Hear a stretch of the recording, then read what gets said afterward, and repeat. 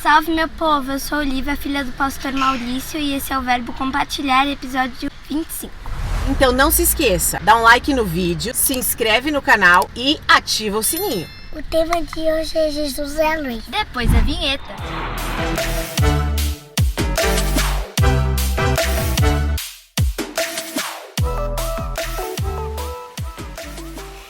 Estamos aí para mais um episódio, hein? Hoje em outra locação, para falar a verdade, estamos em Peruíbe. Sim, viemos visitar a mamãe, que maravilha.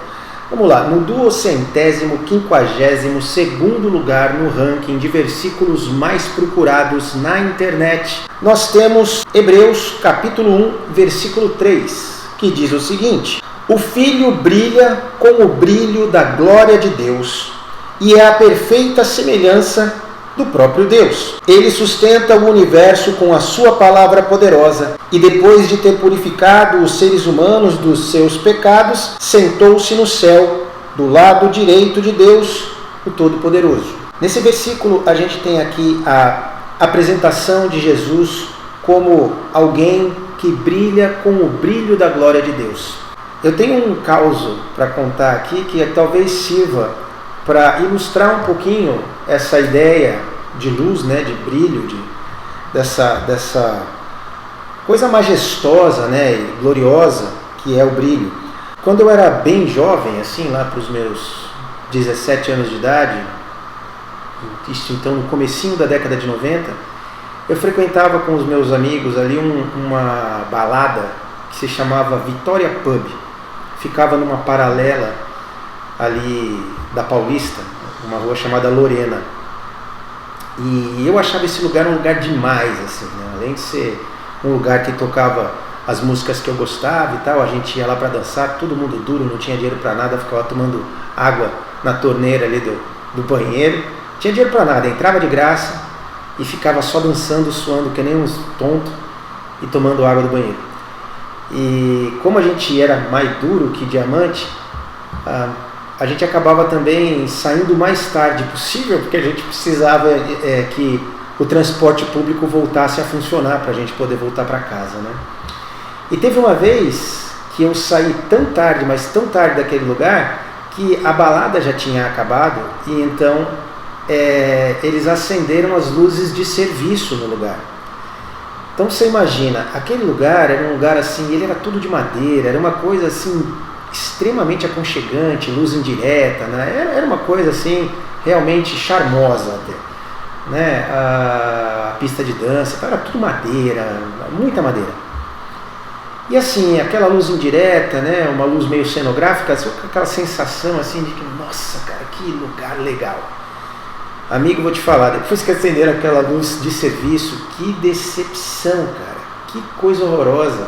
Você vai ver as coisas tudo carcomido, ficar sujeirada no chão, as paredes tudo.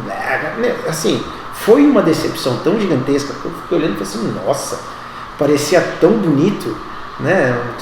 Me passava essa impressão, né, de um lugar assim até luxuoso, sabe? Mas não, era tudo maquiagem, né? E essa maquiagem, digamos assim, é consequência dessa luz indireta, vai. E é muito louco a gente pensar que Jesus Cristo, ele tem essa categoria, né, de ser a luz, né? Não uma luz, ser a luz. Quando a luz ela se manifesta, as trevas recuam, né? Ela não tem outra opção, né? E tudo que estava ali meio na penumbra, meio até invisível, você não conseguia nem notar que estava ali, quando a luz de Jesus se manifesta, aí, colega, tudo fica visível. A palavra de Deus, ela utiliza muito dessa metáfora para tratar dessa questão de que quem tem o que esconder permanece nas trevas, né?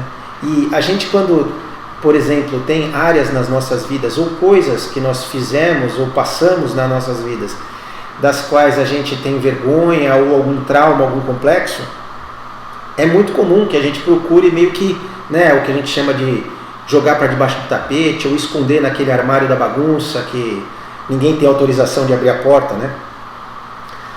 Mas a visitação de Jesus Cristo, ou a palavra de Deus, quando ela começa a habitar no nosso interior, e você olha que coisa interessante, né? Porque aqui nessa passagem ele utiliza tanto essa metáfora, né, de falar que Jesus Cristo brilha com o brilho da glória de Deus, como ele também diz assim, ó,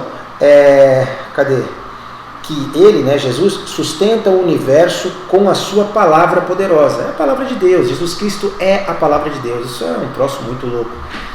Então, quando a palavra de Deus ela se manifesta, quando ela é presente, né, quando ela está em operação, digamos assim, tudo é transformado. Se a gente vê no início ali da Bíblia, em Gênesis, a gente tem o relato, né, de que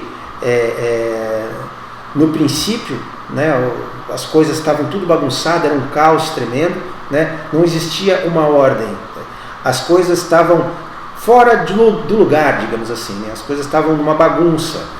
E aí o Espírito Santo, né, pairava, né, sobre a face das águas, a face do abismo, e de repente Deus dá o comando: haja luz, né? Como que se, sei lá, como se ele estivesse soltando Jesus Cristo, assim, né? Imagina, guardadas as devidíssimas proporções, né? Quando você tem, sabe, aquele policial que tem um pastor alemão na coleira, assim, e o bicho está pronto para cumprir o papel dele, né? E de repente ele solta a coleira e o bichão vai para cima para fazer o que ele tiver que fazer. Então, óbvio, né, que eu não estou chamando Jesus de cachorro, né, pelo amor de Deus. Mas você consegue imaginar essa de alguma forma, essa proporcionalidade, né? Como se Deus tivesse, né, vai Jesus, haja luz. E aí toda a ordem começa a se estabelecer. Bom, cabe dentro dessa ideia a metáfora de que o nosso interior, as nossas emoções, aqui dentro dessa cabeça tem um universo, né, da sua também. E esse universo facilmente ele se transforma num caos, né, numa bagunça, numa mistureba de pensamentos, de ideias, de lembranças, de vontades e tudo mais.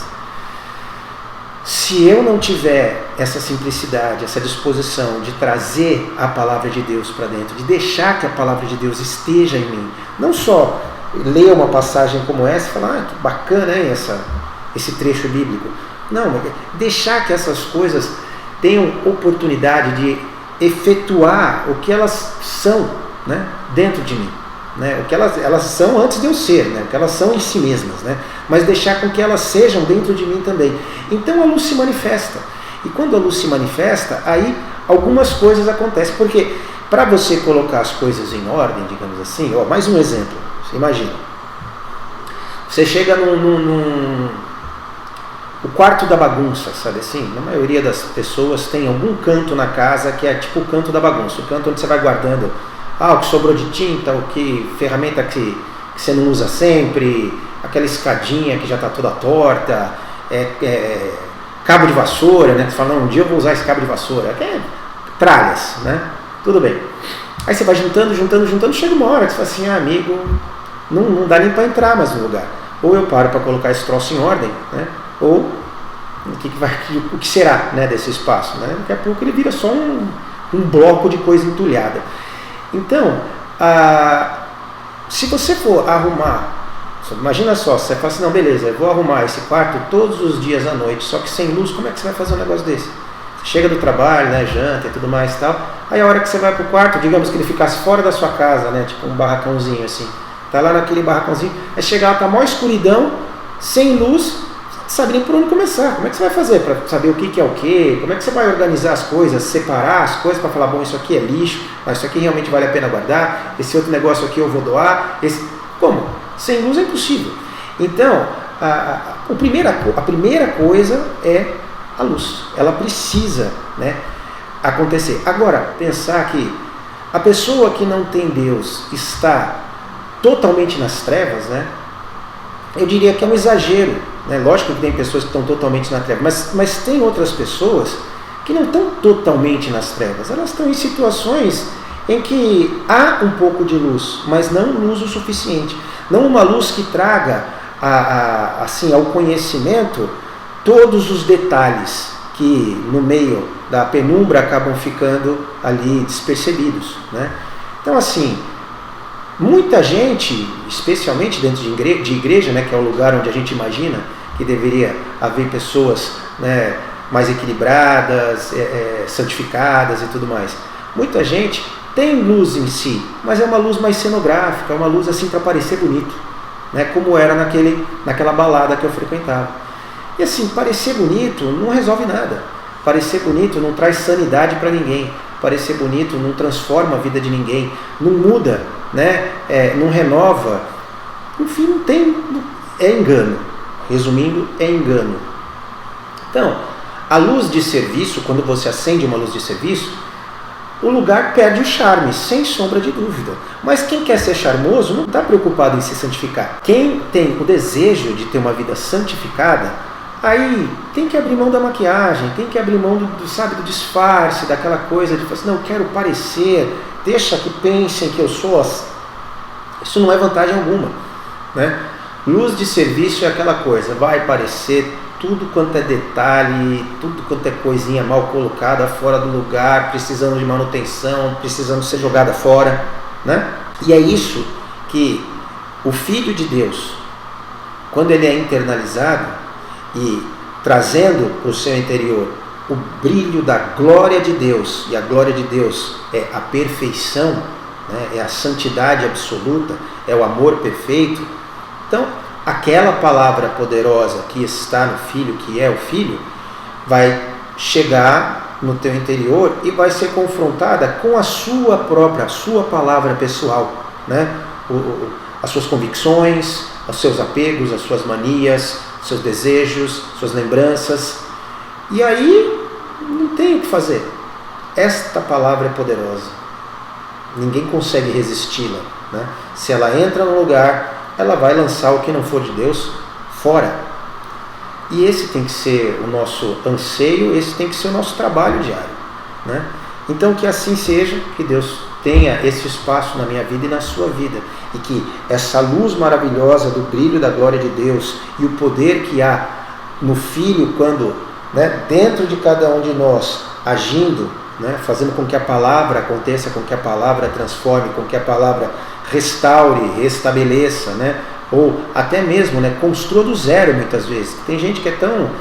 Tá com uma compreensão e com um ranking de valores, né, de percepção moral e ética tão desculhambado, que é como você chegar num lugar que você está lá com a construção, ela está todinha comprometida, você fala, o que eu vou fazer aqui? Acho que o que dá para aproveitar aqui é só o terreno, com esse troço todo para baixo, vamos começar a construir do zero.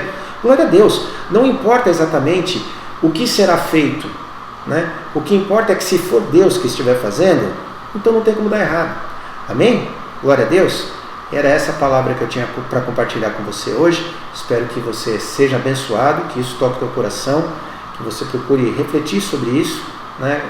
Esse é o nosso diferencial, né? A possibilidade de nós pararmos para pensar e, através da capacidade que Deus nos deu, né, ter tanto usar tanto a nossa capacidade racional, né, como toda a nossa sensibilidade emotiva e a sensibilidade espiritual que a gente passa a ter quando Deus alcança as nossas vidas, e usar isso para que então as nossas vidas possam glorificar a Deus. Tá bom? Fica na paz, Deus te abençoe e até mais.